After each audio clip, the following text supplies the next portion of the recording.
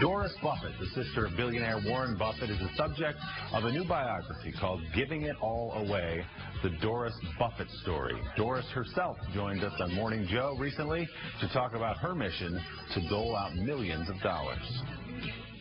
Your foundation has given away $100 million in the last 10 years, and you have come from your own story of hardship and debt.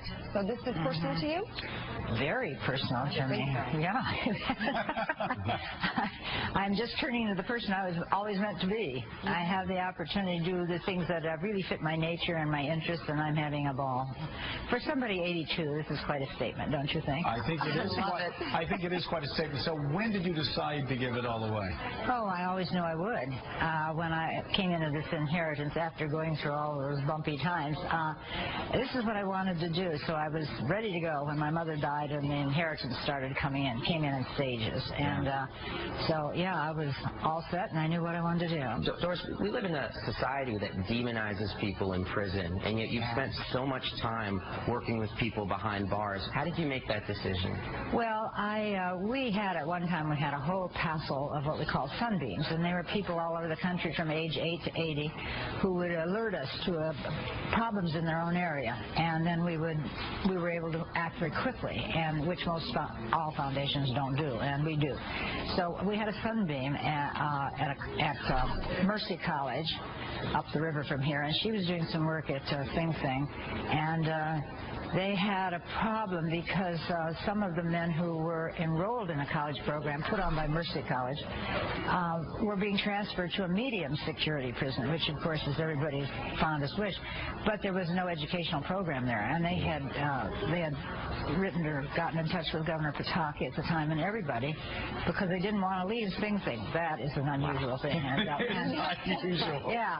So this Sunbeam wrote me, and we provide the funds for a summer session so that they could have the best of all worlds. And they invited me to come up to the graduation. So I went, and I was totally unprepared for what I saw and felt and smelled and knew, and it was really redemption. And people talk about that, but I've never run into it before. But it was a stunning thing. It really was. You can't come out the same as when you came in. And the proof is in the pudding, because the national recidivism rate hovers around 63%, and of the men who have gone through the program, served their time, gotten their degree while they're in prison, it's 0. Wow. Yeah, your organization is unique in the fact that most organizations will give their money to groups, but you give straight to individuals. Why did you make that choice, and how do you screen to individuals asking for help? Well, I'll start with the first question. I think I think most of my life, or not a lot of my life anyhow, I was looking for a fairy godmother who never showed up, and I can be that person now, and we can help people change their lives, and we do. We have 1,500 women who are battered, domestic violence, and they have a college education. They're going on, one went on to the Wharton School of Finance and others at NYU, what is law school. Their lives are transformed, and their children's lives they'll never fall into that pattern because it's learned behavior. And if you grew up in a peaceful, and I probably have a stack of letters almost to the ceiling here from these women, and they're eloquent and they're touching and they're grateful beyond, that somebody doesn't even know them will help them. And when we help them, we don't give them $250, they go for it. Right. We get their locks changed, we get help for their children. They haven't had good physical care, naturally. And the wives, we had 3 die. So we do everything it takes to make them, and they respond like gangbusters.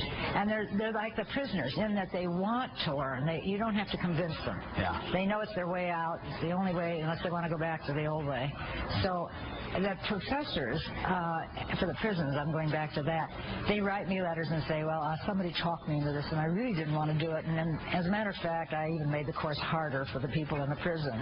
And I have now done a 180, they say, for the following 5 reasons. And they give 5 reasons. But it's the difference between having people who want that and see it as their way out. And they're great. You said something in here, and by the way, she's way ahead of us. I know. No, she's so far ahead of us, because you say your ambition is for your last check to bounce. Well, we do that right now. I know. We don't have to wait until we're on our deathbed to bounce. We're bouncing them every day here.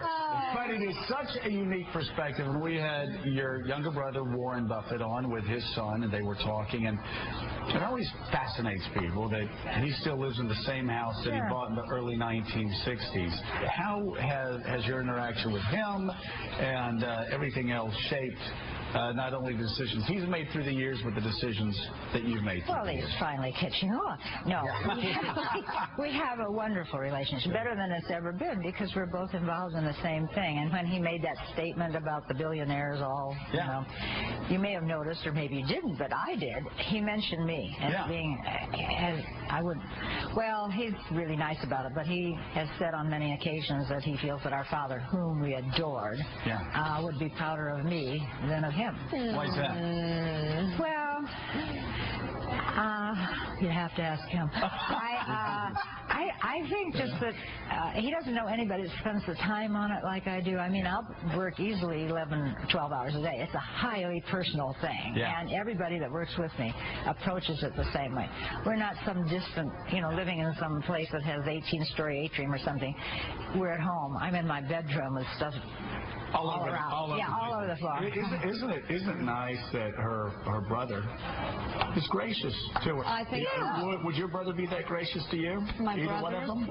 Probably not. It takes time. It takes time. They have to evolve as men. That's true. It takes much longer, Doris. Yes, it does. I'd agree on that. Okay, Doris Buffett, thank you so much. Dave Byron, thanks for sitting in on the conversation as well.